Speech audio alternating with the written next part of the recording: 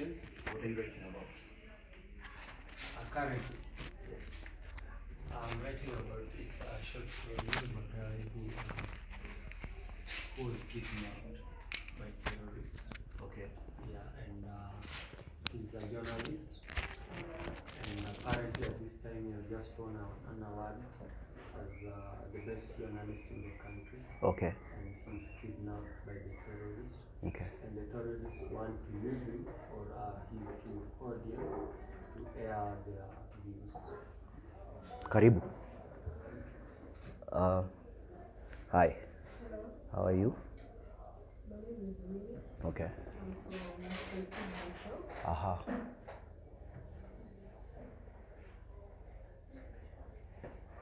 I'm from Prestige Shop. I work there. Okay. I write occasionally, Karibu. but right now I'm living mostly. Good. Living is also good. She's one of the best writers Kenya has, but she hides herself. She was the runner-up to that Nyanza, I think, prize. Nice. Second to throat. Nice. Welcome. So you had a question? Yeah, it was. I dropped it. Yeah, it was. I'm a bit of an imposter here because I'm not so much a writer, but I'm working as a series editor at the moment. Okay. I'm working with a lot of less experienced writers. Yeah. And what I'm thinking about is like the way I'm looking at when people are describing scenes. I'm almost using the part of my brain that enjoys poetry. I'm looking at if something's described, what else is it telling me? It's not just the thing that's described in the scene, but it's like, how does that tell me about the character, like you were saying? And I'm almost hungry for 3 or 4 layers on something. Like if it just describes something in the scene, then it's not doing enough work for me. I want everything to do more layers of work. But I think what I'm seeing is a lot of authors kind of just want to set the scene. You almost need a second look at it to say, okay, how can I layer on extra meaning? And I get the sense it's also very hard for people writing linearly to do that, like to actually add on those layers. I wonder, like, apart from being more conscious about that idea that you can have 2 or 3 layers to even one bit of description. Like for me, a poem is like that.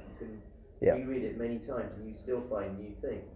I wonder how else you can make it richer. Yeah, and I think this came up last week, and I think it came up when we were talking about. I was describing whenever a story comes to you, whether it comes through images or it comes through characters or you want to solve the world's problems, at first you're almost writing for yourself. You're the implied reader. And then after a while, the process of drafting, and I was telling these guys, we talk about writing, but it's really rewriting. And as you kind of draft, once you're kind of satisfied, say with a kind of linear plot, the way you work through things is you kind of pad it. Because, oh, sorry about that.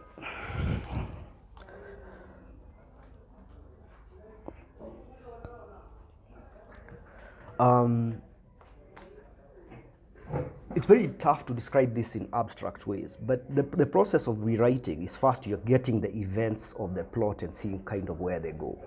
Then at times you find yourself kind of deepening the characters. You're like the characters don't quite work. And this continuous kind of rewriting is a kind of layering process. And now depending on your interests and your experiences, you just kind of keep on doing this. But there isn't any real thing I can say apart from one must read as much as possible, because that's when you start to understand the complexities of story. I think the less you know story, the more danger you have of not understanding how to layer. Yeah. And it feels to me like it's almost an advantage that I didn't write it, that I'm looking at it fresh. So I wonder also if it's authors coming back to their work after a bit of distance and seeing it fresh. Yeah, but because you're a reader, and all readings are different. But I think the really good writer must understand that there can never just be one reading. And I told these guys that writing doesn't end when you finish the story.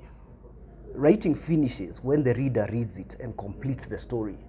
And that's why I was also telling them finalized images or finalized ideas are not great because they give very little room for the reader to work with, right? A story that does not produce more than it does on the page is almost dead. And that's when we start talking about good or bad stories. Yeah. The suggestive is very, very important in creative writing. Okay. Katia?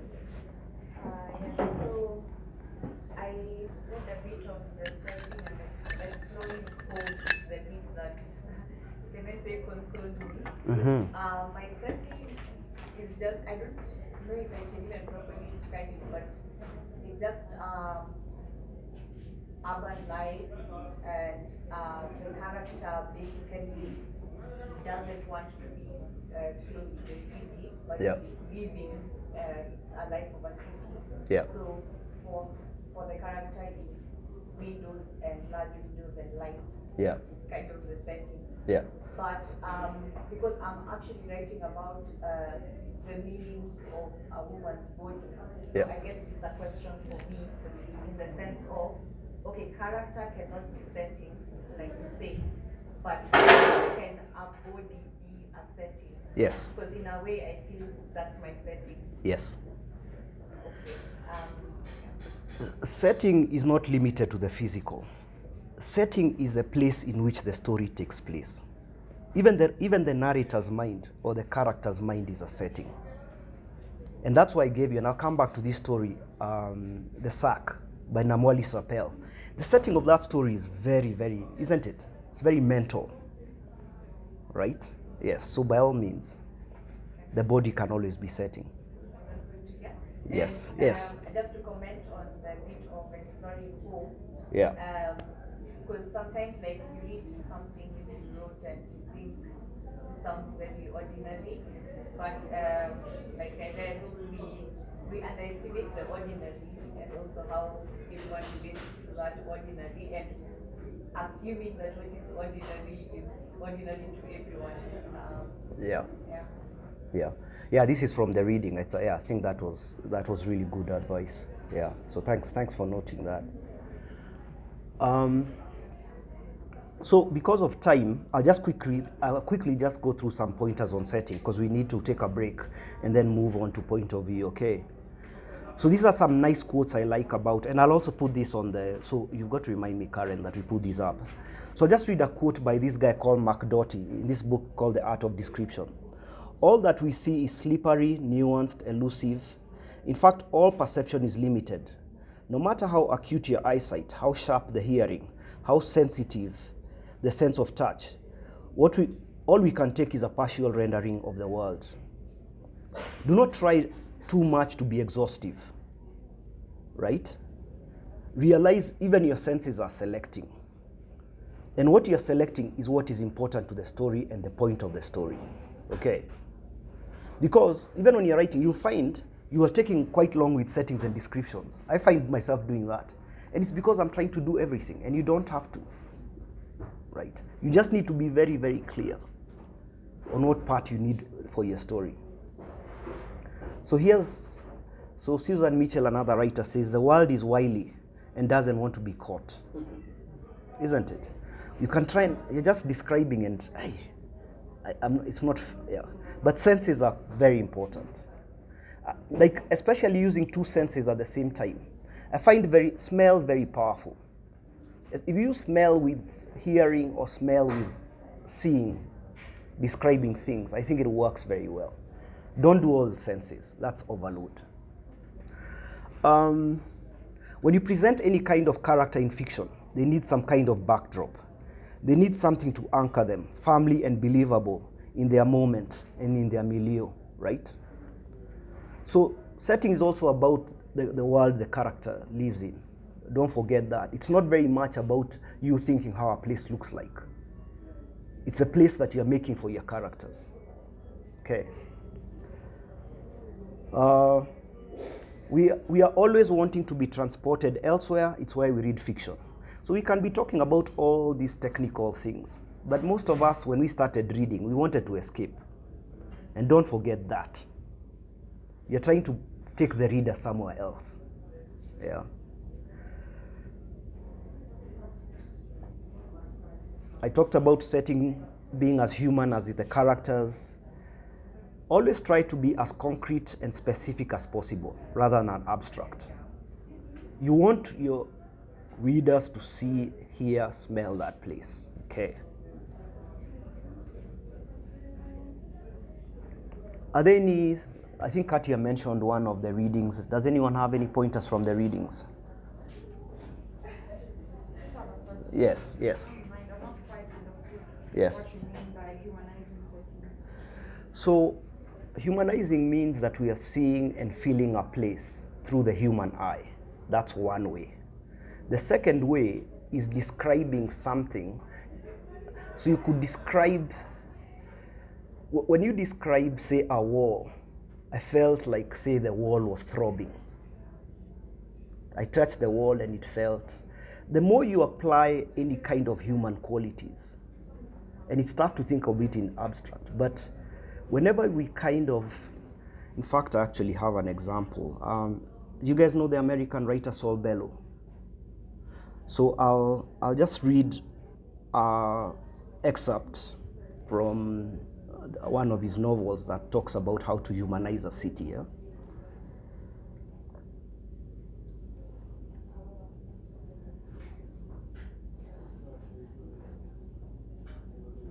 Can I just give a short note? Yes. The microphones, just pass them around when you notice. Just hold on to it when you have it, and then pass it to whoever wants to speak. Because if I walk, I feel like I'll trip and I'll embarrass myself. So just. Sorry, just trying to.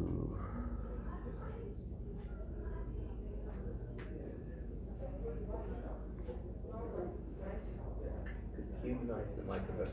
It wants to be held. It wants to be passed around.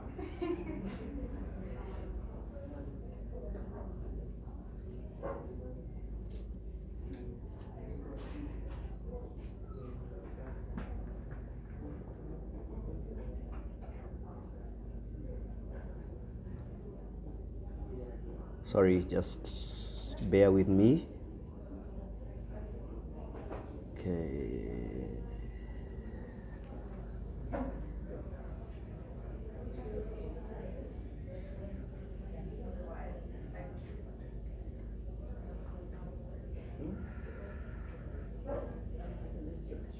You're bringing things to light, which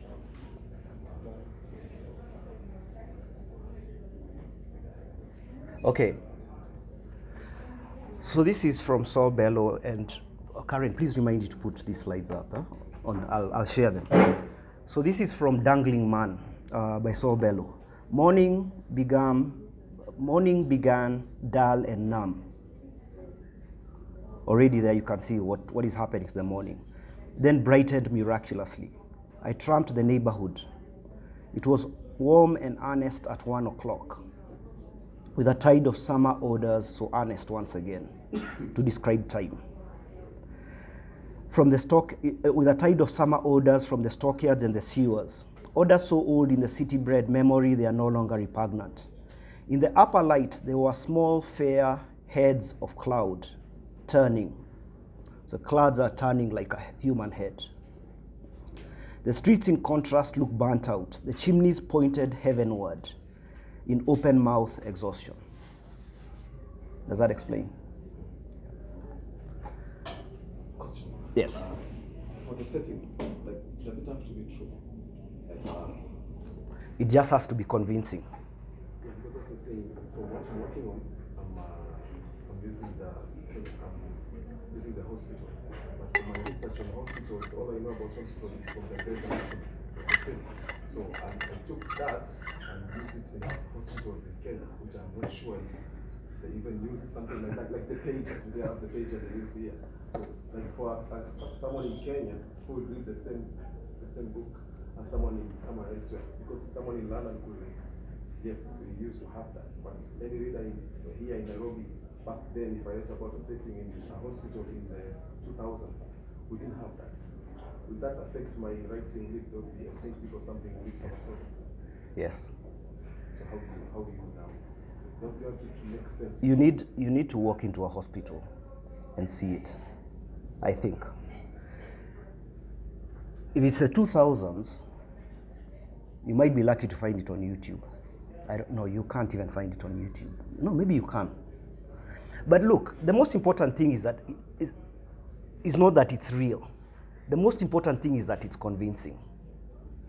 Firstly to you. And that's why I talked about having like close readers. Right?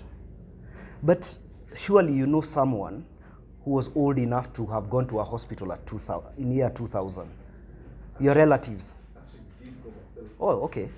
They told me it wasn't there, but that technology makes a lot of sense in my writing because some of the events and sequence of the story scenes come out better if I used that pager technology to and how the information was carried. Because there's a scene where she was alone and then she was crying and then she was paged. But they did have that. But it worked really nice in the Grey's Anatomy, so I thought maybe I can use that. But No. it wasn't there. By all means, you can do that. It doesn't have to be true. It just has to be convincing. And it's very hard for me to tell unless I read the whole story and think that this isn't that convincing.